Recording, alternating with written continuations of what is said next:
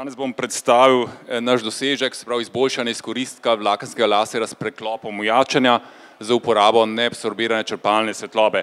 Naslov je mogoče majčkeno bolj, se sliši malo bolj zapleten, zato bom poskušal najprej to umestiti v neko širše, mogoče malo bolj razumljivo okolje. To se pravi, če govorimo o laserjih in njihovi uporabi, to se pravi najprej lahko recimo, če začnemo z visoko zmogljivimi laserijskimi izvori, kot so primer neki laserji, ki se uporabljajo v vojaške namene, recimo za fuzijske elektrarne, to so laserji izredno velikih moči, ki so lahko seveda tudi zelo obsežni, veliki, zelo zahtevna njihov razvoj, potem recimo laserji za množično industrijsko uporabo, varjenje, rezanje, označevanje, tukaj zadaj je seveda avtomobilska industrija, skratka nek zelo velik, močan trg in seveda te zadeve v glavnem, bom rekel, zapolnjujejo veliki igralci na tem področju. Zdaj, pri nas, jaz mislim v Sloveniji, seveda imamo drugačne prioritete, vsaj v našem primeru, mi gradimo neke recimo visoko specializirane laserje, ki recimo za izdelavo nekih prototipnih serij, to se pravi za neke nišne zadeve, za recimo visoko natančne obdelave, za terapije v medicini. En tak primer je tukaj spodaj, recimo tale spodnji primer, to je laser, ki je proizveden z podjetja LPKF, ali pa recimo naslednji primer, naslednji primer, recimo laser, ki se uporablja za terapijo v medicini, podjetja Optotek. To se pravi, kot sem že omenil, seveda lahko bi sodelovali tudi pri visoko zmogljivih laserskih izvorih, ampak tukaj v glavnem lahko predstavljaš si le manjši igralec, se predstavljaš, lahko razvijaš le delček tega, medtem ko so naše ambicije nekoliko drugačne, mi želimo, da razvijemo kompleten sistem za potrebe predvsem naših podjetij. Zdaj en tak primer, to se pravi, s katerim se mi ukvarjamo znotraj te velike skupine laserjev na splošno, so vlakenski laserji. Kaj je zdaj glavna prednost vlakenskih laserjev, je predvsem v tem, če primerjamo s klasičnim laserjem, ki so tukaj spodaj predstavljeni, se pravi klasični laser sestavlja neka prostostoječa optika, nek aktivni del in tukaj bi zdaj upozoril na to tako imenovano resonatorsko ogledalo, ki v tem primeru mora biti zelo natančno nastavljeno. Seveda to je povezano z neko, v optiki temu rečemo, da moramo take optične elemente justirati, to se pravi, ogledalo je treba natančno nastaviti. Tako ogledalo je potem seveda občutljivo na neke treslaje, na neke zunanje tudi temperaturne raztezanje in tako naprej. Alternativna možnost pa je, da tak laser zgradimo s pomočjo optičnih vlaken, to je narisano tu spodaj. Skratka, v tem primeru je celoten laser integriran v enovito optično vlakno, tudi v tem primeru je sestavljen iz večjih komponent, ampak vse komponente so integrirane v optično vlakno in to zvarjeno skupaj, podobno kot je kolega že predstavil v prvi predstavitvi, samo da v tistem primeru je šlo za senzorje, v tem primeru pa gre za vlakenske laserje. No in zdaj, če pogledamo, kako to izgleda, prvi primer tukaj zgoraj na tej sliki vidimo primer klasičnega laserja, izgrajenja številnih optičnih komponent, vse mora biti natančno postavljene, njihova postavitev seveda mora biti na nekaj kotnih sekund, se pravi, celo ohišje je tukaj izredno pomembno, izredno zahtevno, sicer in pa seveda taki laserji potem tudi dolgoročno potrebujejo precej vzdrževanja, ker se vsake toliko časa je treba vse te komponente ponovno nastaviti. Ali pa tole naslednji primer, tudi seveda gabariti takšnih laserjev so precej veliki. Če to zdaj primerjamo z nekim vlakenskim laserjem, gre za, kot vidimo, mnogo bolj kompaktno rešitev, zadeva je praktično neobčutljiva za vibracije, tako zadevo lahko brez težav premikamo in kot zgoraj je tudi navedeno, ne potrebujejo nekaj vzdrževanja, ni nobenih optičnih komponent, ki bi bilo potrebno nastavljati. Poleg tega imajo vlakenski laserji tudi sami po sebi izredno kvaliteten izhodni laserski snop, kar je pomembno za številne aplikacije. No zdaj, mi smo v sklopu teh vlakenskih laserjev smo se posebej osredotočili na en princip znotraj teh vlakenskih laserjev, to je preklop ojačanja. To se pravi, nismo se osredotočili na kontinuirne vlakenske laserje, kjer je svetloba neprekinjeno izhaja iz laserja, ampak za pultne laserje, kjer svetloba izhaja iz laserjev v laserskih pulzih oziroma mi temu rečemo laserskih bliskih. To je za en tak primer, na sliki desno desno zgoraj, je prikazan, kaj se zgodi z laserjem, ko ga vklopimo, tole ne dela, tale pointer,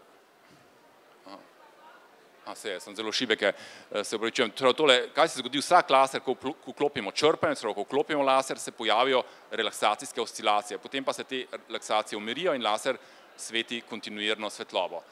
Tole je načeloma sicer nezaželen efekt, vendar pa smo mi v našem primeru ravno ta nezaželen efekt, ki lahko v resnici celo laser uniči recimo ali pa poškoduje sisteme v laserskem resonatorju, smo uporabili za izkoristiti za delovanje tako imenovanega bliskovnega laserja. Kaj smo naredili? Takoj po vklopu laserja smo črpanje izklopili in s tem smo nekako se osredotočili samo na tole začetno špico in s tem je laser deloval v posameznih bliskih. Tu se lahko stalnim preklapljanjem, vklapljanjem in sklapljanjem črpalne svetlobe smo dosegli bliskovno delovanje laserja.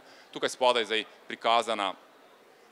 prikazan tak primer, schematski primer tega takšnega laserja. Se pravi, zelo pomemben je krmilnik, potem seveda črpalni sistem, ki je bil en ključen, da smo lahko dosegli te naše rezultate in potem pa oscilator z optičnim vlaknom, dopiranim z iterbijem, ki omogoča lasersko delovanje. Se pravi, na naslednjem temle predstaviti bi rad še poudaril, kje so tiste naši glavni dosežki. Se pravi, dosegli smo bliskovno delovanje, s tem načinom z preklopom ojačanja smo dosegli to, da je cel sistem izredno kompakten, sicer za delovanje laserja v bliskih potrebuje nek aktiven optični element. Mi smo se v tem primeru zadevo toliko poenostavili, da nismo potrebovali nobenega optičnega elementa, vse je bilo, bliske smo dosegli s pomočjo povratne zanke, s pomočjo vklapljanja in izklapljanja črpalne svetlobe.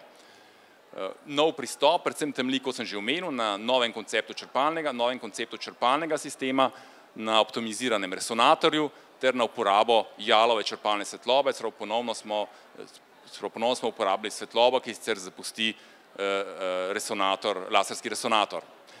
Te dosežke po pravici smo na nek način se na začetku sploh nismo zavedali, da smo dosegli res neke posebne rezultate. Na tej preglednici tukaj le zgoraj je opisano dosežki na tem področju, se pravi prvo taka omemba takšnih laserjev. Sam princip, to moram še omeniti, sam princip preklopa ojačanja je sicer bil že poznan že odprej, vendar pa vendar je nekako veljalo, da ni možno s tem principom doseči ustrezne, predvsem dovolj kratke laserske bliske oziroma laserske bliske z dovolj veliko vršno močjo. In tak prvi preboj je doseglo podjetje IPG, ki je eno vodilnih na tem področju. Dosegli so laserske bliske z dolžino 500 nanosekund in približno 120 vatov vršne moči. Naslednji tak dosežek čez 3 leta, pomemben, je dosežek izraelskih znanstvenikov. Blisk so skrajšali nekje na 125 nanosekund in dosegli so podobno vršno moč 120 vatov.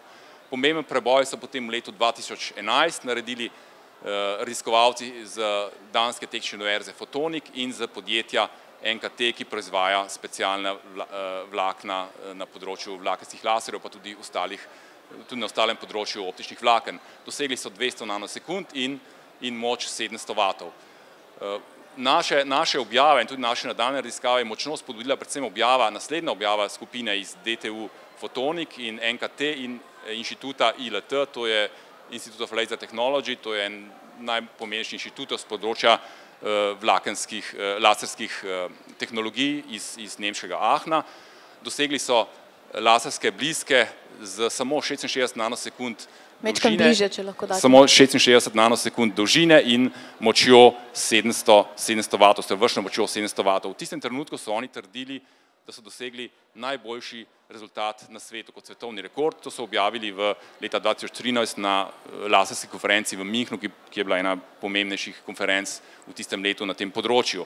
Mi smo že tisti trenutek imeli dosežke, ki so precej boljši od teh rezultatov in zato smo potem to takoj objavili v naslednjih letih. Najprej smo objavili samostojno naslednji naš dosežek, ki je znašal 28 nanosekund, se pravi, imeli smo vlakenski laser s preklopom ojačanja za dolžino laserskih bliskov 28 nanosekund in močjo 1,4 kW.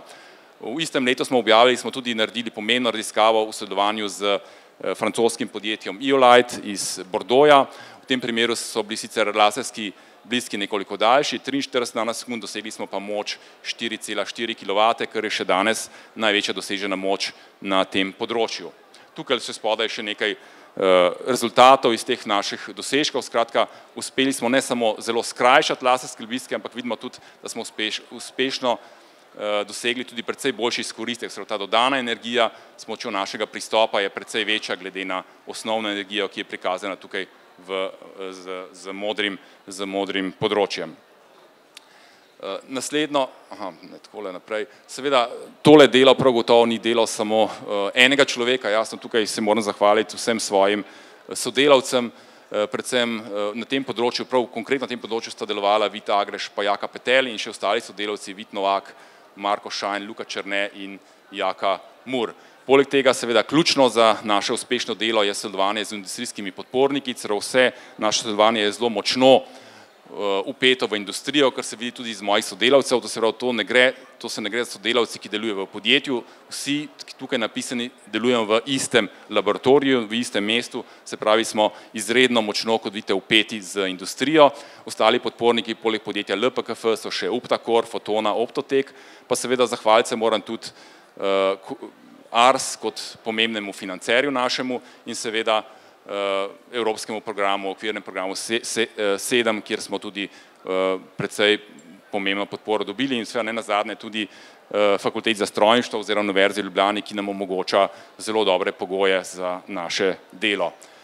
Poleg tega mogoče še nekaj utrinkov iz laboratorija, en tak primer testiranja našega laserja v realnem industrijskem okolju, tole v podjetju LPKF smo enega od naših laserjev ugradili v njihov realni sistem in ga tudi uspešno testirali, to je bilo lansko poletje. Potem pa mogoče še nekaj ostalih utrinkov iz laboratorija, ki je postavljen na Fakulteti za strojništvo oziroma Univerzi v Ljubljani. Hvala lepa.